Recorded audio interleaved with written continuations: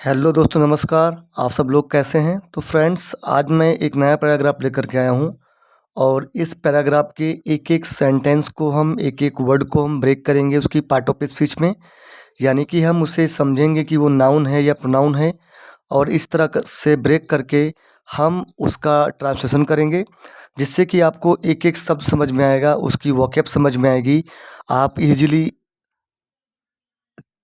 किसी भी हिंदी के सेंटेंस को इंग्लिश में ट्रांसलेट कर पाओगे। तो आइए स्टार्ट करते हैं आज का सेशन, टाइम को वेस्ट ना करते हुए। तो आप लोगों से रिक्वेस्ट रहेगी कि सेशन में आगे बढ़ने से पहले एक बार वीडियो को लाइक कर दें और कमेंट कर दें। तो आइए स्टार्ट करते हैं सेशन। और टाइटल है आज के पैराग्राफ का, वो है importance of education. Importance of education, ठीक है जी। तो इम्पोर्टेंस का मतलब होता है महत्व। अच्छा, महत्व किसका महत्व? महत्व। और ऑफ का मतलब होता है का। अच्छा, किसका महत्व? शिक्षा का महत्व। एजुकेशन में होता है शिक्षा, तो शिक्षा का महत्व। यहाँ पे अगर हम इम्पोर्टेंस की बात करें तो इम्पोर्टेंस आपका नाउन है। क्या है? नाउन है, ठीक है। क्योंकि इम्पोर्टेंट वो एडजेक्टिव होता है और इम्पोर्टेंस नाउन है। ऑफ आपका प्रीपोजिशन है, ठीक है जी। और एजुकेशन जो है ये फिर से नाउन है, ठीक है। अच्छा, ये नाउन तो है लेकिन इसका काम क्या है इस नाउन का?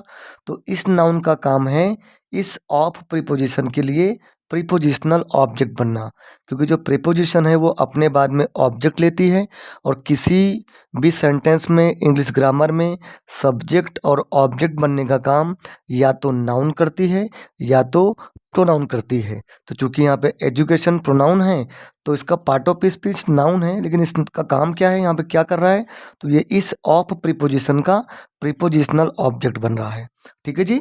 तो ऐसे ही हम पूरे की पूरे स्टोरी को, इस पैराग्राफ को पार्ट ऑफ स्पीच में ब्रेक करके सीखेंगे, ठीक है जी। तो इसका टाइटल हो गया शिक्षा का महत्व, इम्पोर्टेंस ऑफ एजुकेशन, ठीक है जी। चलिए, तो education is the act of learning things around us.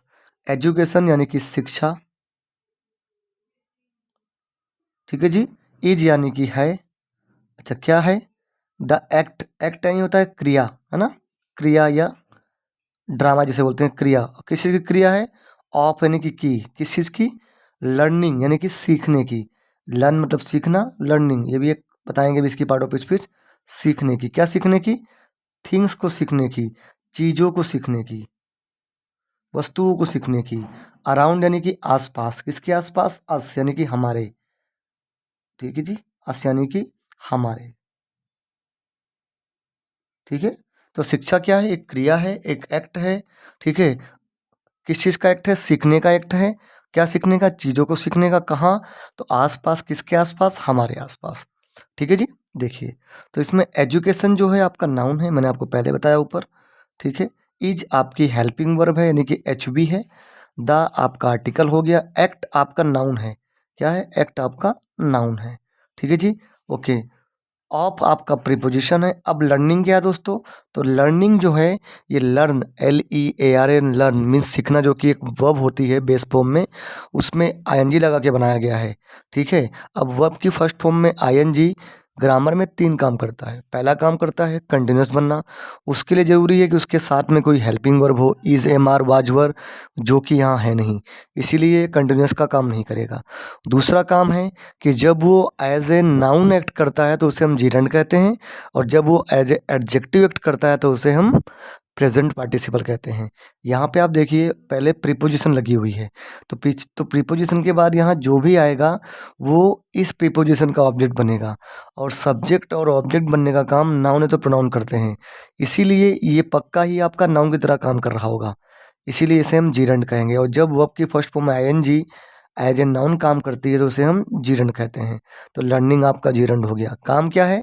इस प्रीपोजिशन का ऑब्जेक्ट बनना, ठीक है। अब लर्निंग चूंकि भले आपका ये जीरंड है, एज ए नाउन काम करके इस प्रीपोजिशन का ऑब्जेक्ट बन रहा है, लेकिन बेसिकली ये कि वर्ब है। कौन सी वर्ब है? ट्रांजिटिव वर्ब है। तो लर्न भी अपने बाद में एक ऑब्जेक्ट लेगा। Learning what? क्या सीखना? थिंग्स को सीखना। तो थिंग्स आपका नाउन हो गया और इस लर्न जो वर्ब है इसका ऑब्जेक्ट हो गया। अराउंड आपका अगेन प्रीपोजिशन हो गया। अस क्या है? तो ये आपका भी जो होता है आपका प्रोनाउन, उसी का ऑब्जेक्टिव केस है भी का, ठीक है। तो भी का ये ऑब्जेक्टिव केस है और काम क्या है, तो इस प्रीपोजिशन का ऑब्जेक्ट बनना, ठीक है जी। आई बात समझ में? चलिए, it help us to understand and deal with any problem easily and makes balance throughout the whole life in every aspect। It यानी कि यह है। अब चूंकि हेल्प का मतलब होता है कि मदद करना, जो इसकी बेस फॉर्म होती है। अब इसमें एस लग गया तो ये आपका सिंपल प्रेजेंट टेंस हो गया, क्योंकि वर्ब की फर्स्ट फॉर्म में एस या यस लगना वो सिंपल प्रेजेंट टेंस में होता है। तो इसमें ता है, ती है, ते है का कॉन्सेप्ट आ गया। अब तो हेल्प, इट हेल्प्स यानी कि ये मदद करता है, मदद करता है। अच्छा, किसको करता है मदद? अस यानी कि हमें। किस लिए करता है? टू अंडरस्टैंड, है ना। टू अंडरस्टैंड ये क्या है आपका? इन्फिनेटिव है ये ना, वर्ब की टू प्लस वर्ब की फर्स्ट फॉर्म, ठीक है। तो इट हेल्प्स यानी कि यह मदद करता है हमें टू अंडरस्टैंड।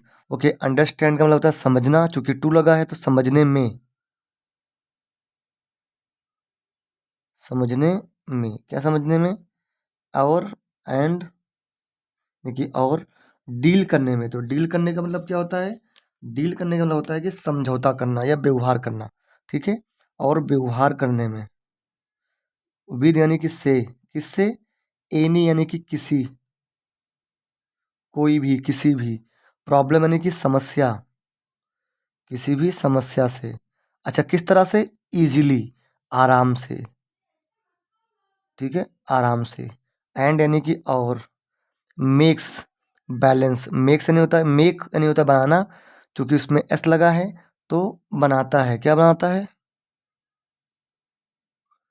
क्या बनाता है? बैलेंस बनाता है। बैलेंस में होता है संतुलन बनाना, संतुलन करना। क्या बनाता है? संतुलन, ठीक है। थ्रू आउट एक प्रीपोजिशन है जिसका मतलब होता है दरमियान, और किसके दरमियान? द होल लाइफ, होल यानी कि पूरे, लाइफ मतलब जीवन, पूरे जीवन के दरमियान। इन यानी कि में, किसमें?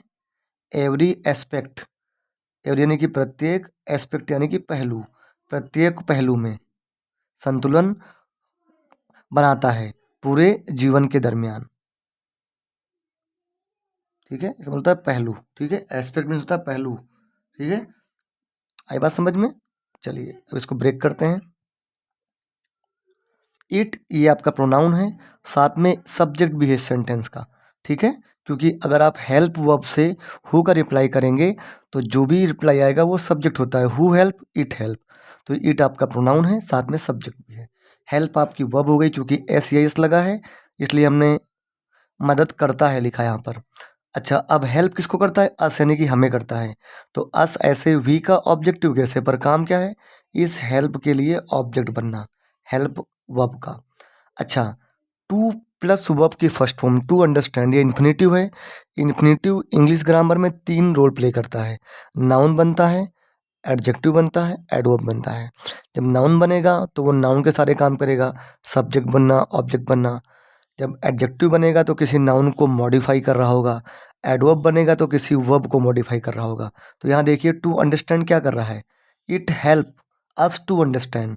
तो ये हेल्प को मॉडिफाई कर रहा है, ये हमें हेल्प करता है। किस लिए करता है? अंडरस्टैंड करने के लिए हेल्प कर रहा है। तो टू अंडरस्टैंड इस हेल्प को मॉडिफाई कर रहा है, इसीलिए ये इन्फिनेटिव है, पर एज ए एडवर्ब काम कर रहा है क्योंकि ये वर्ब को मॉडिफाई कर रहा है। एंड आपका कंजक्शन हो गया, डील आपका वर्ब हो गया, ठीक है। विद आपका प्रीपोजिशन हो गया, एनी आपका एडजेक्टिव हो गया। क्यों एडजेक्टिव हो गया? क्योंकि प्रॉब्लम आपका नाउन है। प्रॉब्लम कैसा है? एनी प्रॉब्लम, किसी भी प्रॉब्लम की बात हो रही है तो नाउन, इस नाउन को ये एनी मॉडिफाई कर रहा है, इसलिए एनी एडजेक्टिव हो गया। अच्छा, डील कैसे करना है? इजीली करना है। इजीली क्या कर रहा है? इस डील को मॉडिफाई कर रहा है, वर्ब को मॉडिफाई कर रहा है। और जो वर्ब के बारे में कुछ बताए उसे हम एडवर्ब कहते हैं, इसलिए इजीली आपका एडवर्ब हो गया, ठीक है। एंड अगेन आपका कंजक्शन हो गया, मेक अगेन आपकी वर्ब हो गई दूसरे क्लॉज के लिए, बैलेंस अगेन आपका नाउन हो गया। इट मेक्स वस, इट मेक वट, क्या बनाता है? तो बैलेंस बनाता है, ठीक है। तो मेक के लिए ऑब्जेक्ट बैलेंस हो गया। थ्रू आउट आपका प्रीपोजिशन हो गया, द आर्टिकल हो गया, लाइफ आपका नाउन हो गया, इस लाइफ की क्वांटिटी को बता रहा है, व्होल, है ना, तो इसलिए आपका एडजेक्टिव हो गया। इस नाउन को मॉडिफाई कर रहा है ना लाइफ को, इसलिए। आई बात समझ में? चलिए, इन आपका प्रीपोजिशन हो गया। एस्पेक्ट आपका नाउन है, पहलू, ठीक है, क्योंकि इन एस्पेक्ट, अच्छा इस नाउन है, इसका काम क्या है, इस इन प्रीपोजिशन का ऑब्जेक्ट बनना। अब एवरी क्या कर रहा है, इस नाउन को मॉडिफाई कर रहा है, एस्पेक्ट को मॉडिफाई कर रहा है, इसीलिए ये आपका डेमोन्स्ट्रेटिव एडजेक्टिव हो गया। ठीक है, ओके, आई बात समझ में? माफ कीजिएगा, डिस्ट्रीब्यूटिव एडजेक्टिव हो गया ये एवरी, इस एस्पेक्ट के लिए, क्योंकि ये इस एस्पेक्ट नाउन को मॉडिफाई कर रहा है। चलिए, education is the first and foremost right of every human being. Education यानी कि शिक्षा, इज यानी कि है, द फर्स्ट यानी कि फर्स्ट यानी कि पहला या प्रथम कह सकते हो, प्रथम, एंड यानी कि और, फॉरमोस्ट यानी होता है सबसे महत्वपूर्ण, या आप कहते हो सर्वोपरि, सर्वोपरि, सर्वोपरि, राइट यानी अधिकार। अगर राइट आपका एज ए नाउन काम कर रहा है तो उसका मतलब अधिकार होगा, जब वो एज ए एडजेक्टिव काम करेगा तो उसका मतलब होगा दाहिने, सही, ये सब। ठीक है, ऑफ यानी कि का, एवरी यानी कि प्रत्येक, ह्यूमन बीइंग यानी कि मनुष्य का, तो प्रत्येक मनुष्य का प्रथम और सर्वोपरि क्या अधिकार है, क्या शिक्षा।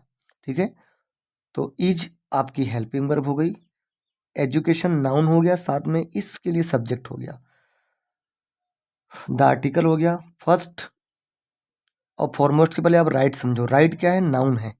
ठीक है, तो अब राइट नाउन है, यानी कि अधिकार आपका नाउन हो गया।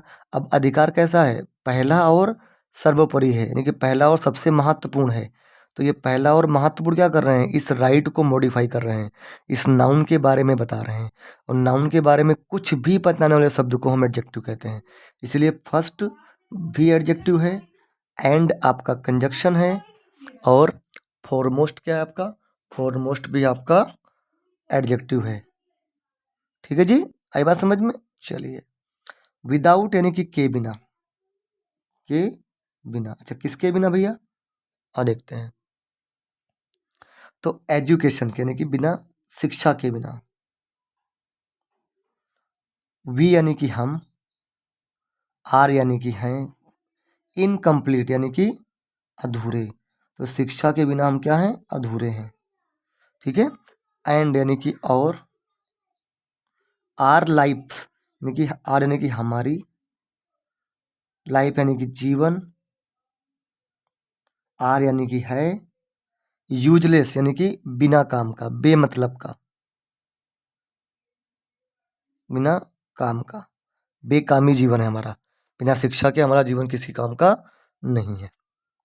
ठीक है, विदाउट आपका प्रीपोजिशन हो गया, अगर हम बात करें तो एजुकेशन आपका नाउन हो गया, काम इस नाउन का क्या है, इस प्रीपोजिशन का ऑब्जेक्ट बनना, वी आपका प्रोनाउन है और साथ में सब्जेक्ट भी है ना, जानते हैं आप, आर आपकी हेल्पिंग वर्ब।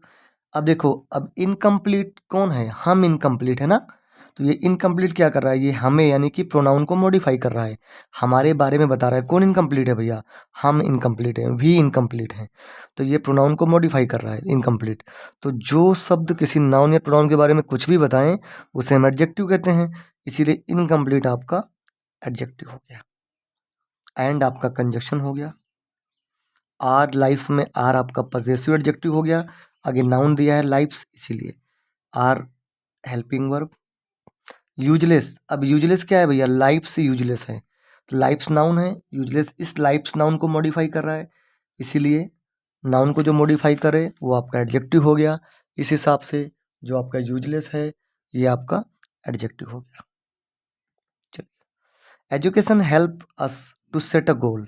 अब जो शिक्षा है, शिक्षा, हेल्प्स, अगेन हेल्प में एस लगा है, सिंपल प्रेजेंट टेंस, तो चूंकि हेल्प का मतलब होता है मदद करना, अब एस लग गया तो मदद करता है,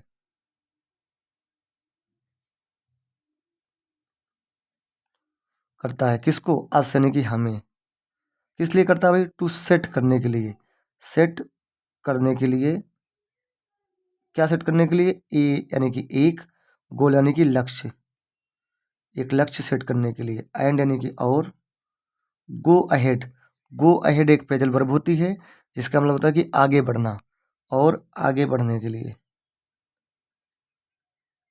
या शुरुआत करने के लिए, है ना। बाय के द्वारा, किसी द्वारा, वर्किंग काम करके, काम के द्वारा, ऑन यानी कि पर, किस पर, दैट थ्रू आउट उस पर, थ्रू आउट यानी कि के दरमियान, किसके दरमियान, जीवन के दरमियान, जीवन के दरमियान उस पर यानी कि एजुकेशन पर काम करके, है ना। ये हमें आगे बढ़ने में हेल्प करता है। ठीक है जी, चलिए। It improves our knowledge, it यानी कि ये है, ओके। इम्प्रूव्स में देखो, इम्प्रूव करना होता है कि सुधार करना, एस लग गया, सिंपल प्रेजेंट टेंस हो गया तो सुधार करता है, तो ये सुधारता है। क्या सुधारता है, आर यानी कि हमारा, नॉलेज का मतलब ज्ञान, स्किल यानी कि कुशलता को, कॉन्फिडेंस यानी कि आत्मविश्वास, लेवल मीन्स स्तर, तो आत्मविश्वास के स्तर को, एंड यानी कि और, पर्सनालिटी यानी कि व्यक्तित्व, और हमारे व्यक्तित्व को भी क्या करता है, ये सुधारता है। ठीक है, इन चीज़ों में ये इम्प्रूव करता है। ठीक है, इट आपका प्रोनाउन है, साथ में ही सब्जेक्ट भी है, क्योंकि इम्प्रूव जो वर्ब है इससे आप हु का रिप्लाई करिए, हु इम्प्रूव, इट इम्प्रूव, तो इट आपका प्रोनाउन है, साथ में सब्जेक्ट। क्या इम्प्रूव करता है, it improve what's, knowledge, knowledge को इम्प्रूव करता है, तो ये आपका नॉलेज ऑब्जेक्ट हो गया। अब जब ये ऑब्जेक्ट है तो पक्का ये नाउन होगा, तो नाउन हो गया। आर क्या है हमारा, तो आर जो होता है वी के लिए पजेसिव एडजेक्टिव होता है आर, और पजेसिव नाउन होता है आवर्स। ठीक है, स्किल भी आपका नाउन है, कॉन्फिडेंस लेवल भी आपका नाउन है, क्योंकि ये सारे के सारे एंड आपका कंजक्शन हो गया। पर्सनालिटी भी नाउन है, क्योंकि ये पूरा का पूरा यहाँ से यहाँ तक इम्प्रूव का ऑब्जेक्ट है, इम्प्रूव ऑफ का ऑब्जेक्ट है, इसीलिए। ये दोस्तों, तो दोस्तों ये था आज का पैराग्राफ सेशन। आपको कैसा लगा आप प्लीज़ बताइएगा, और यदि आप ऐसे ही डेली स्टडी करते हैं तो आप डेफिनेटली इंग्लिश ग्रामर को भी साथ ही साथ सीख पाएंगे, एक एक शब्द को आप जज कर पाएंगे, एक एक शब्द का ट्रांसलेशन कर पाएंगे, और आसानी से आप इंग्लिश को बोल भी पाएंगे। तो ऐसे ही वीडियोस के लिए आप चैनल को सब्सक्राइब कीजिए, वीडियो को लाइक कीजिए, सबसे इम्पोर्टेंट है कि अपने फैमिली ग्रुप में शेयर करिए, ताकि अधिक से अधिक लोग हम लोगों से जुड़ पाएँ और इसका लाभ मिल पाए। तो थैंक्स फॉर वॉचिंग, कल फिर मिलते हैं एक नए वीडियो के साथ।